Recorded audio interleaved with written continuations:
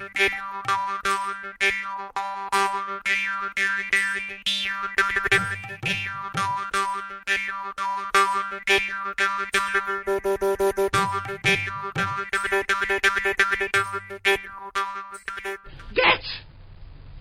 the comfy chair! Welcome to this episode of The Good, the Bad and the Odd with your hosts, Mark and Sam. Hi, Sam. Hello there. Now, our output's been a bit patchy at the minute, but this is a comfy chair again, and I know like 2 episodes ago we did a comfy chair, but time's moved on. We're in May now. We want to do an April one, so we're doing an April one, and blimey, it's the middle of May as well. It's not, God, we are slow at the minute. But never mind. Anyway, comfy chair.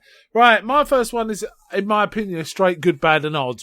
Probably deserves to be in our Hall of Fame, and that is the TV series Monkey. Okay. Which you and I did talk about a bit at the weekend because I was talking about it. I watched it. I watched all 26 episodes of season 1 of Monkey. I can't bring myself to watch season 2 because I absolutely love Pigsy in season 1, both the actor and the voice work, and they replaced the actor. They kept the voice work, but they replaced the actor, and I just can't bring myself to accept that actor. It just doesn't work for me because Pigsy's so awesome in the original series. Now, this was late 70s, early 80s on British TV. It's very well regarded in like Australia and New Zealand as well because they got that cut of it. The silly dubbing. Basically, England, Britain put on a very silly dubbing. Which totally works. It is a certain level of, shall we say, stereotypical? Yeah, well, it's somewhat questionable, but it's hilarious.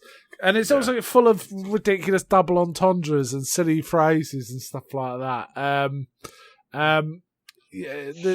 Basically, a woman keeps going on about she wants to rub monkey stick and make it harder and all this sort of stuff. But Monkey is kind of terrific, and it was an interesting series because, all right, in some ways it was it looks old fashioned, but in others it gender flipped quite a bit. It did not mind, and it totally worked. Buddha, for example, was often portrayed as a woman. Various male gods was often portrayed as women. In Tripitaka, the priest was actually played by a woman, and so on. And they seemed to mind that. And there's all sorts of silly things. And I didn't know much about the Monkey Tales, but you were telling me, and basically, there are lots of episodes which is a direct lift from the monkey mythology. You know, the Journey to the West, Yeah, the Journey to the West, I should say. And it's kind of funny, you know, he's basically, shall I tell people? Like, Monkey's a monkey god, right? But the original, I don't know, he's like the essence. He's not even a god, he's just like, when the universe was made, there was a rock that got struck by lightning and turned into an egg, and a stone monkey jumped out, and he's been around, and basically he's immortal, and he's there's so many layers of his immortality. It's comical. Because he keeps messing up, he keeps like doing things he shouldn't, and somehow acquiring even more levels. If you want to look into the actual book, there's a YouTube channel called Overly Sarcastic Productions that I'm watching that ongoing series about it. Oh, okay, cool. And they do these little skits, not skits, but it's like bits from the show, but it's like sort of animated. Yeah, and there are other things about Journey to the West. There's video games based on Journey to the West. There's a game called Enslaved. Based on Journey to the West. Dragon Ball Z is based on Journey to the West. Well, indeed. It's quite a big story that isn't that well known. I don't know it. I haven't read it. All I've seen is Monkey, and all I can say is it's kind of awesome. I couldn't believe how well it stood up. I thought it was going to be one of those, but I started watching it, and I think you saw it when you were quite young. I showed it to you when you were quite young, right? So you kind of got the funny before you started realising, understanding a lot of this is kind of sketchy. Yeah, but it's still quite amusing, even though you got to look for it through 1970s eyes, really, to sort of really just appreciate it. But you can watch it now and understand where it's come from and still be entertained somewhat, like a lot of old stuff. I personally think this is top tier, and I think it should go into our Good, Bad and Odd Hall of Fame, personally. Yeah, I can probably see that, yeah. Yeah, it is good, bad and odd. It's just odd because all the, they're fighting demons and all sorts of weird creatures and different gods. And we see in heaven, we see Monkey fighting the host of I think episode 2, Monkey fights the host of heaven, right? So get this. It's an immortal soldiers that of infinite number. Yeah. Right? That's what we're talking about. Monkey fights them and beats them. Even though they're immortal and infinite, he still beats them all. He fights for days, but he still does it. And that's kind of how he is. And these guys are always fighting. And I also like the fact that Pigsy's constantly shit-talking Monkey. Oh, yeah. Like, half the book is... The plans usually unfold because either Monkey... Pigsy tries to hit Monkey in some fashion and usually gets whomped on the head for it, or Pigsy shit-talks Monkey and gets whomped on the head. Yeah. Pixie does not care. And Pixie's always running after women, which is kind of amusing. Sandy's the he's like a fish monster, fish god monster thing. And they're all men, but they are, they're in another form. And he's like the sensible, sane one. Who tries He's to the guy with sarcastic quips in the book, from what I gather.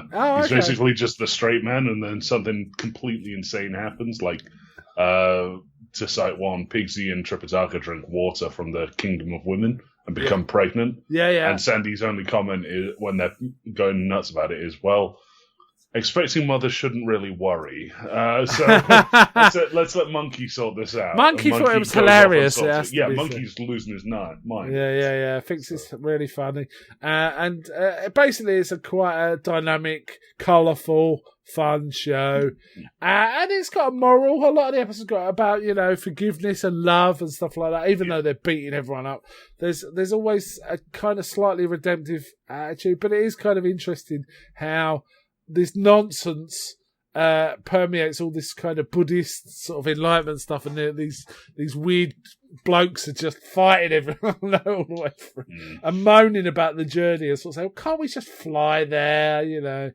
In many respects, it's got some it bears some comparison to something like Lord of the Rings. Like, why don't they just fly there with the eagles and drop the ring in, rather than go on this massive quest. Oh, yeah. Multiple points in the actual book, Monkey jumps to the end of the quest to ask Buddha stuff.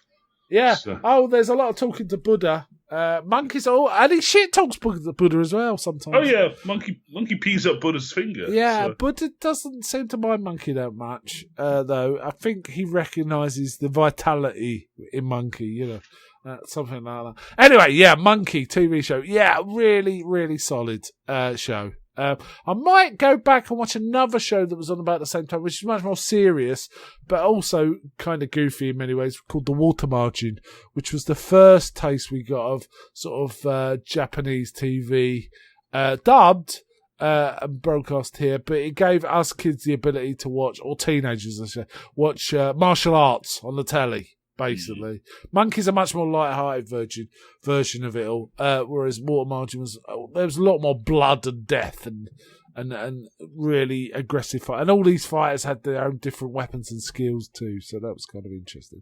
There was a little skinny bloke in it called the Tiger Killer who could wrestle tigers barehanded. That was quite impressive. Anyway, so Monkey, that's mine. Okay, so my first one is just a bad one. It's just bad. I watched Cats for the first time. Oh God! I went to see that at the cinema. Oh, it's bad. Oh boy, this is a terrible film. Like, at least the stage show has some level of like. They've done all they can, but they still look kind of cool in their outfits. Yeah, I went to see the Kate stage show like 25 years ago. I thought it was all right. I quite liked it. Small, small stage. It didn't need a lot of staging, and it just got on with it. And everyone knew the song Memory, right? Everyone knows Memory. This film, first off, it has a film original character as its main character. It's okay. Weird. So the plot is like. There is no plot. Oh, really. don't. The plot is someone wants to be chosen for the Jellicle Ball. Yeah. And the whole film is basically just introducing the characters that might get chosen. Yeah. That's it. That's all of it. There's a very strong element of all these cats being super horny all the time. Yes, this is an absurdly horny film. Yeah, but like it's just so weird because it's what do they call it? Is it Happy Valley? What do they call it? Where it's Uncanny Valley. Uncanny Valley. That's it. It's very Uncanny Valley. Yeah. So from what I gather, it's like this. The CGI basically wasn't done at the time of original release. Like they had to reissue the film with the finished CGI. Yeah. The performances were done on set, so they were done on set first. Sorry, so they didn't have like a particular reference for how they were going to sing it, and then they had when they were singing it proper, they had to like try and match their own speaking later on, which is not how you should do this. Okay, no.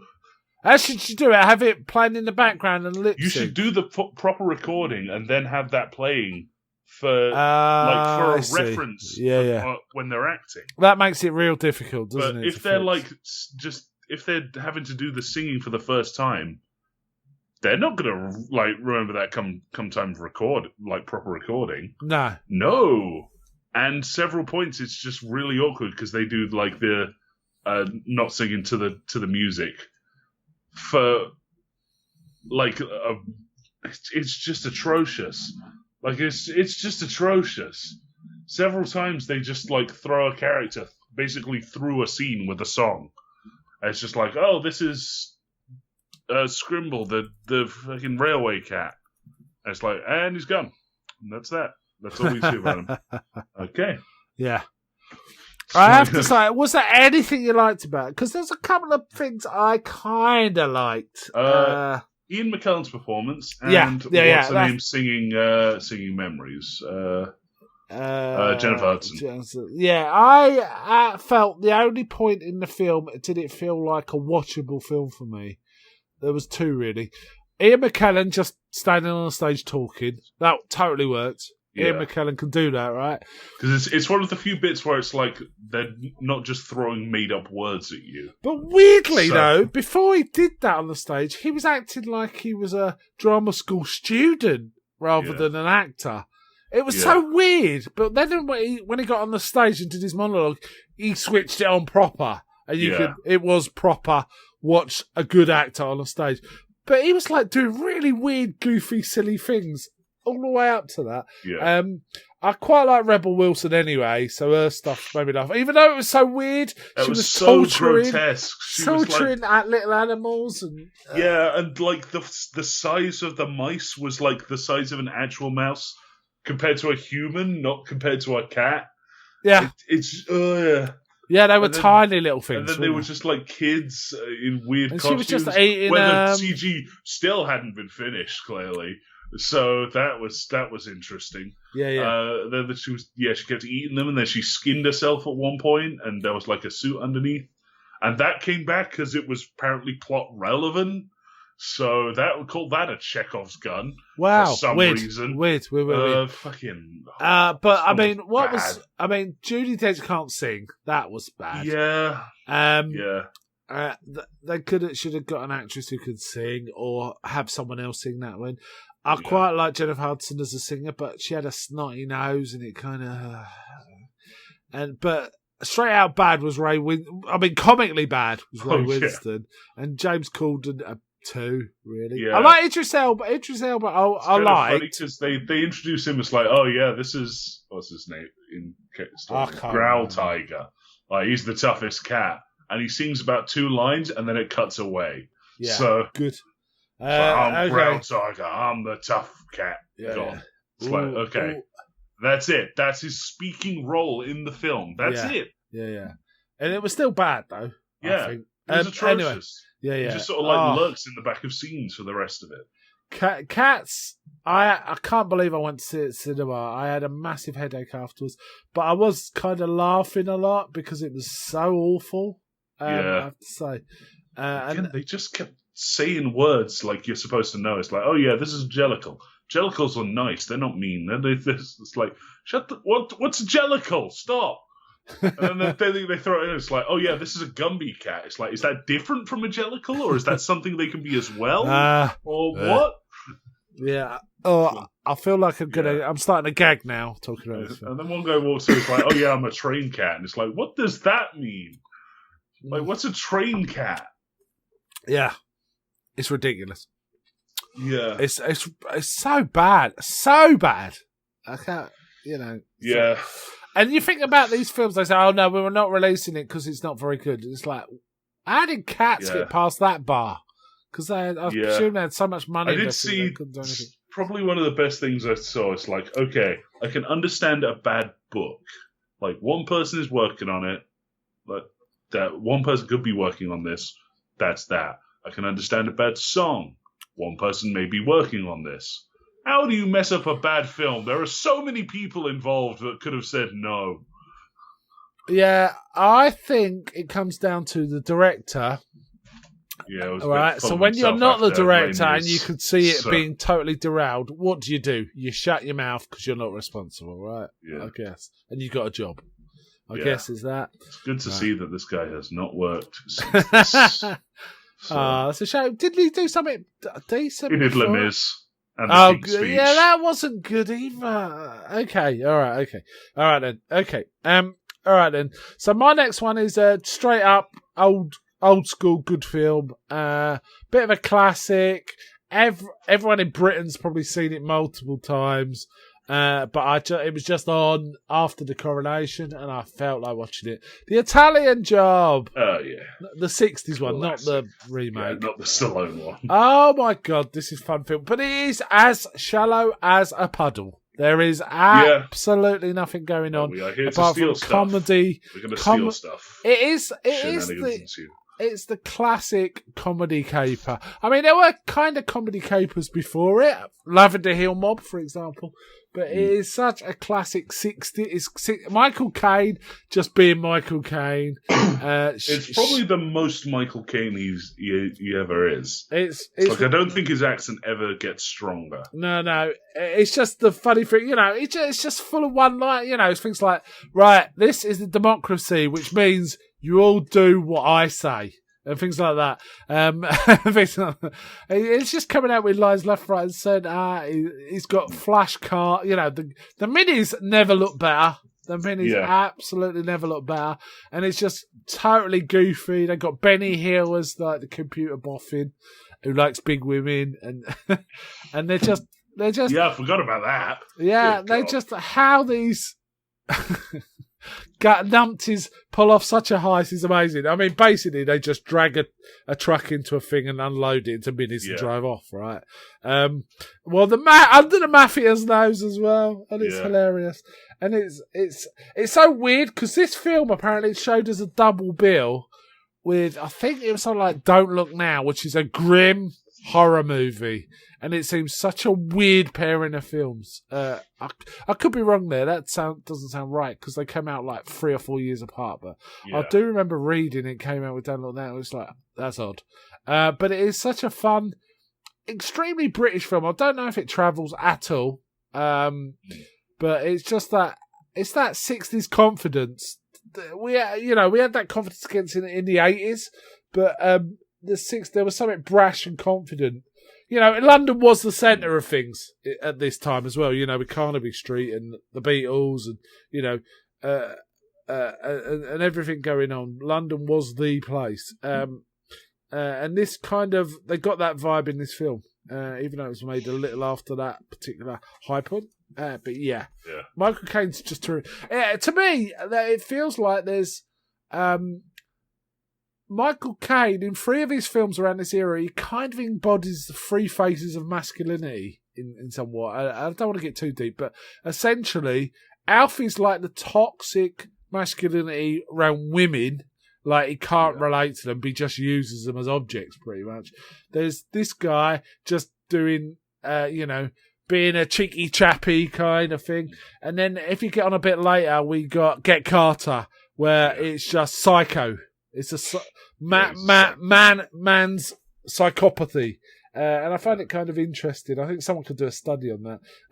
But Michael Caine seems to embody all of them. He's got this comedy stuff. He's got this, total objectification kind of guy, and then this total psycho, and he does it all. Probably throw Zulu in there for a. You could do, but I haven't got any particular aspect of masculinity. So. Yeah, I mean, Zulu is one of my favourite films ever, and Michael Caine is pretty good in this. But I have to say, Stanley Baker's even better.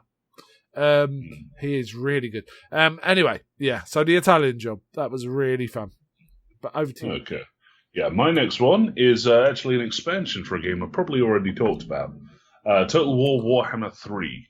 It's the third, as you may have interpreted, in the Total War Warhammer sub-franchise. Yeah. This is the DLC, the new DLC for it, Forge of the Chaos Dwarves, a quite eagerly anticipated downloadable, where it adds in the Chaos Dwarves to the faction roster. Now, the Chaos Dwarves in Warhammer, they're pretty bad people.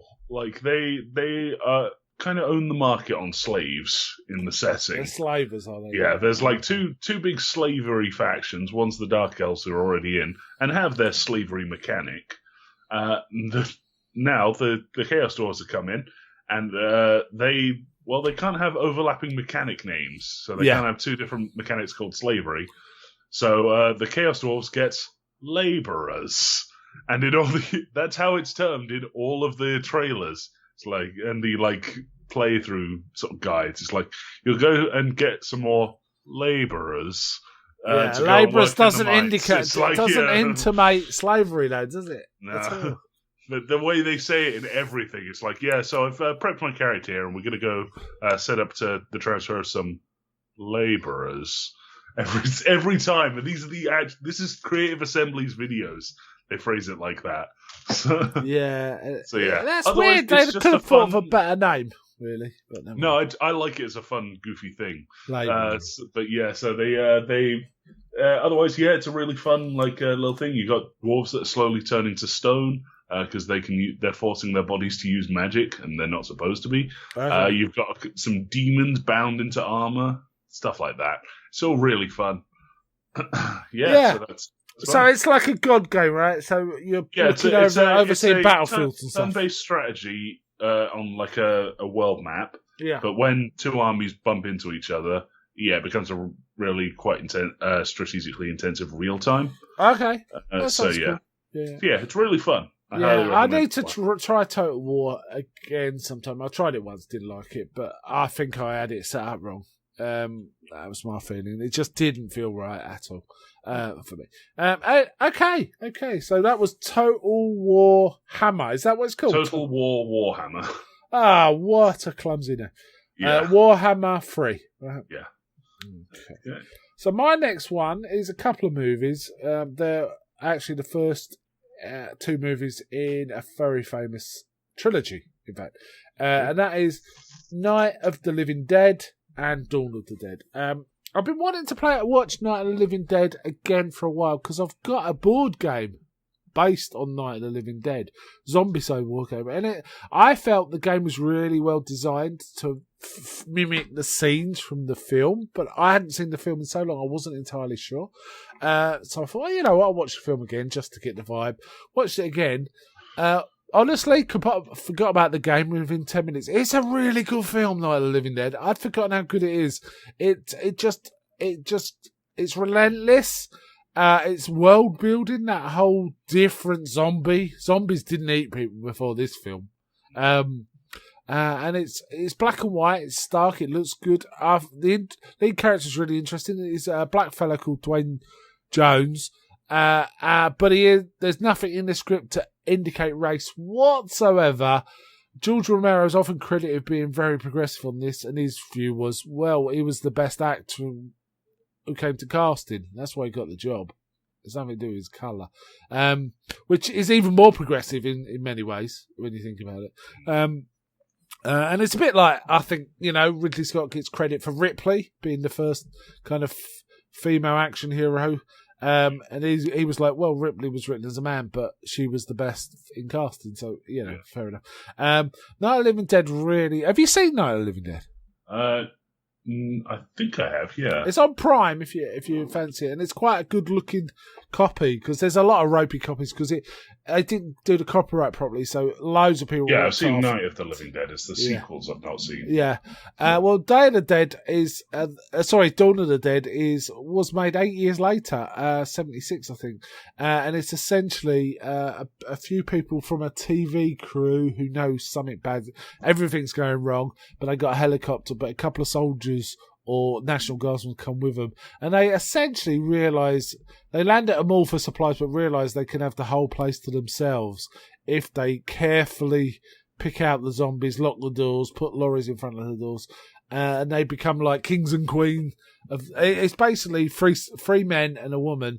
The TV people are a couple, the man and then the two soldiers, but they start getting bored, and start getting reckless. And then a biker gang kind of comes in and wants their stuff. And they're going, we should leave. And others saying, I don't want to leave. It's all that. The game Dead Rising, the first Dead Rising game, is strongly based on it because you're running around a shopping mall, crawling through ducts, getting into positions and then raiding shops and stuff. It's a really, really solid film. I think that was also on Prime as well. These two are really good. Day of the Dead is the third of the trilogy, and I think is the weaker of the three. But it's still an interesting film. And a lot of its themes were kind of replayed somewhat in 28 Days Later. Especially when it got to the second half with the soldiers. There's a tension between soldiers and scientists in the third one. Whereas this one is just four people trying to survive in a mall. And really, as with all slow zombie films, you become your worst own enemy. Humans become the enemy, not the zombies, because the zombies are too stupid to. You can run rings around them as long as you pay attention and stay alert, right? So, yeah, good films. That's me. Okay, so my next one is another video game. It's called Jurassic World Evolution 2. Now, as you may have guessed, it's kind of a park building game, but this one differs from its previous versions because in the current Jurassic, World films, the dinosaurs are everywhere. They're loose, everyone has them. This game reframes the park building to, instead of being like a park with like attractions and such, you're now research stations.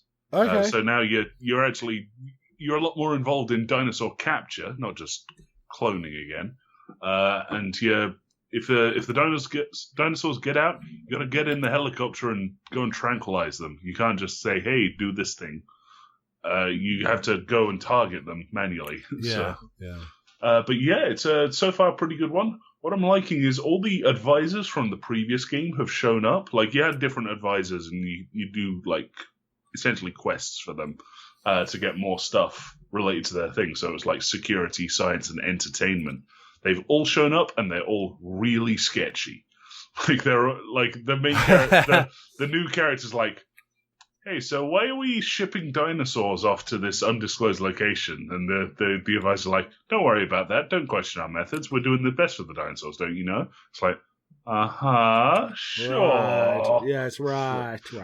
Okay. Yeah, it's just quite funny because the movie characters are in it, and I think aside from Jeff Goldblum, they're all replaced.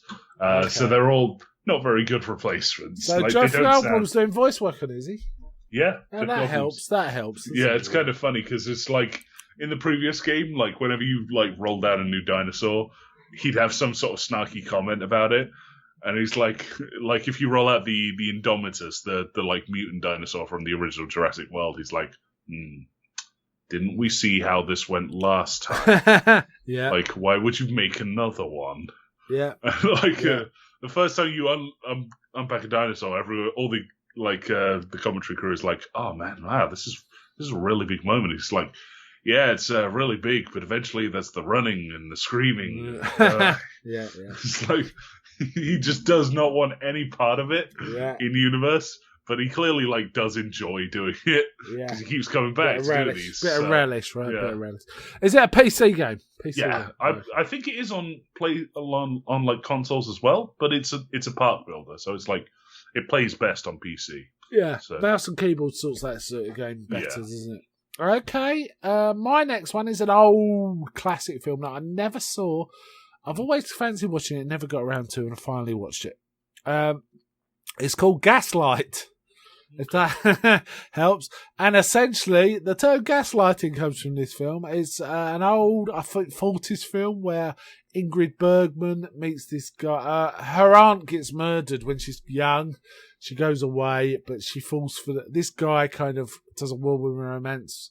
French bloke, Charles Boyer plays him, and he kind of wants to marry her fairly quickly, but then he kind of starts to become controlling, in a subtle way. He's always kind of pleasant, but he said, "No, you forgot that." He basically keeps telling her she's forgetting things or misremembering things, or things didn't exist that did exist and stuff like that. And she's kind of slowly doubting herself and starting not going mad, but feeling like she's going mad. Gaslight, we all know the word. Apparently the word was never used in that sense until the 90s, and it was used in reference to this film, and now it's a fairly common word, isn't it, gaslight? Yeah. Everyone knows what gaslight means. It was a really interesting thriller. I thought I really enjoyed it. Joseph Cott was in it, the guy that I was offered in Orson Welles movies. Charles Boyer was a shitheel, major shitheel. And it's kind of interesting, and it kind of, I think it was based on a stage play, because there were certain elements that seemed a bit stagey, but they made it into a film okay. I think she may have been nominated for an Oscar for this as well. She does a good turn, does Ingrid Bergman. She most famously Casablanca, right? But Gaslight was really, really worth a watch. If you don't mind slightly older films, the sensibilities are quite different and it's slower and stuff. Okay. I'm fine with all that, but some aren't. But I mean, in the 40s, it wasn't as bad as it was in, say, the 30s. Let's put it that way. That's it. Gaslight. Okay. So my next one is actually a board game that I just got recently, the Monster Hunter World, the board game. Okay. Now, this is a pretty fun board game, I've got to say. Lots and lots of bits. It is a very complex game, so don't get it. It's not for the faint of heart. Yeah. Now, this is parts choose your own adventure, parts stamina management game, I guess would how you best phrase it. Stamina management. Right. Yeah, so you have a limited time that's represented by flipping time cards that function as the end of turn count. So refill your hand, discard one thing from your stamina gauge, flip your played token upside down to show that you played, sort of thing. You get about 30 of them, and you flip them whenever you take a turn. Sometimes bad things might happen on them that require you to flip more cards. You run out of time cards, game's over, you have lost the hunt. Right. Now, you have a stamina board in front of you. You have 5 slots, and you play cards to attack or do certain things, such as move. You can also drink potions to remove the stuff from your board, that sort of thing. And this is counter to the monster also is flipping cards and doing stuff. Okay. Usually it's charging at either the nearest or the furthest player. And then this is the hunting phase, but there's a gathering phase before it that is the choose your own adventure part. So you'll be reading from a book, and it's you wander into the area and there's a bunch of small monsters picking at a corpse. It's do you fight them? Yeah, you fight them, you get some extra bits, but you all take 1 damage because you all got a bit. Yeah. And then it carries on like that. It's if you fought them, turn to page 10. If you didn't fight them, turn to page 2, sort of thing. Yeah. It just carries on like that. You do a load of stuff. You can get more time cards from this. You can get extra resources from this. You can get potions. You can even just say, no, we're not looking around for anything. We're just going to go straight to the monster. And you just start the fight. Right. It's a really fun board game. Very intense. Very, involved. Like, everyone's, like, doing a lot of things. There's lots and lots of cardboard tokens. So, yeah. Yeah. And lots of very pretty miniatures, I will say. Well, they're not that miniature, are they? From the ones you showed Well, the me? actual monsters are pretty big, but the hunters, the palicos being little cat guys that help you, as well as some of the monsters are quite small, actually, though, that said. But yeah, so, and I'm going to be painting all of these. Wow, okay. It's going to take a while. It's going to be a fair bit of base spraying. Yeah, it's going to be a lot of everything. So. What is it? Is it 1 to 4 players or 2 to 4? It is 1 to 4. There is a single player mode. Is it co-op? Is it co-op? It's designed for 4 players. Co-op. Yeah, multi. Okay, yeah, so you're cooperative. You're aiming for the same goal. You all win or you all lose. Yeah, okay, that sounds cool. Okay, right.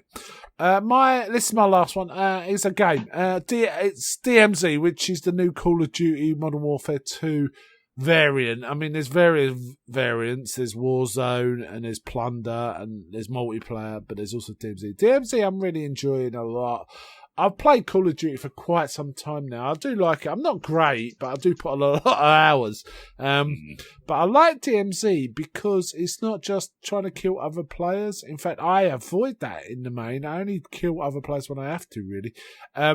Though a lot of players of it aren't like that. And it kind of combines the Call of Duty vibe with something like Metal Gear Solid or Far Cry, in that you can go off and do missions or you can craft things now. They've introduced recently crafting, so you can actually gather odds and ends and make something better out of them, like a better armor vest or a better backpack and things like that, by collecting certain bits and bobs or equipment you can use.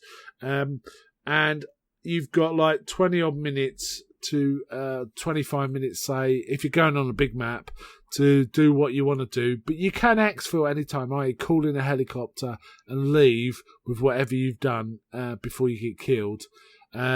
However, other players know where you're going to exfil, so you got to try and spot and see if it's being watched or not. And there's all sorts of aspects to it. The player PvP, the player versus player stuff, makes it a bit harder than the usual game. But I quite like it. But the bots are also kind of sometimes mad. You can run down the street and suddenly you're shot from behind, go down, and you either die or you can self-revive or one of your teammates. And you look around and it's one bot with a shotgun about 50 yards away and just happened to hit you perfectly, which can be a bit annoying when it's a shotgun, not a sniper rifle. But yeah, it's and stuff like that. But it's a well-realised film, and it's evolving, this game. It's still in beta. This is the 3rd iteration, and it's definitely improving with each iteration. The only problem is it's become kind of toxic in that, like, the first season, people were kind of friendly because you can actually join together and work together for missions, and that's all fine.